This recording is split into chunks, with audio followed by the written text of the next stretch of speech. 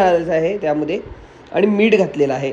कांदा तव्यावर, लोखंडी तव्यावर परतून घ्यायचा आहे. व्यवस्थित होण्यासाठी त्याच्यामध्ये तेल घालायचं आहे. बघा कांदा आता परतलेला आहे व्यवस्थित, अगदी गरगरीत.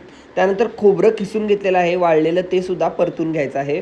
त्यानंतर आलं लसूण ही पेस्ट आहे आणि खडे मसाले हे सगळे मिक्सरमधून काढायचे आहेत. आवर्जून हा मसाला ऑनलाईन मागवते.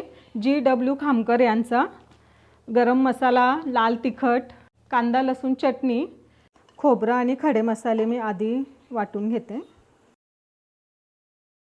कांदा लसूण चटणी, कश्मीरी लाल चटणी 1 चमचा, गरम मसाला अर्धा चमचा, धने पावडर 1 चमचा. यात आपण आता आपला गरम मसाला वाटलेला टाकू. किती छान. नक्की मागवण्यासाठी कॉल करा.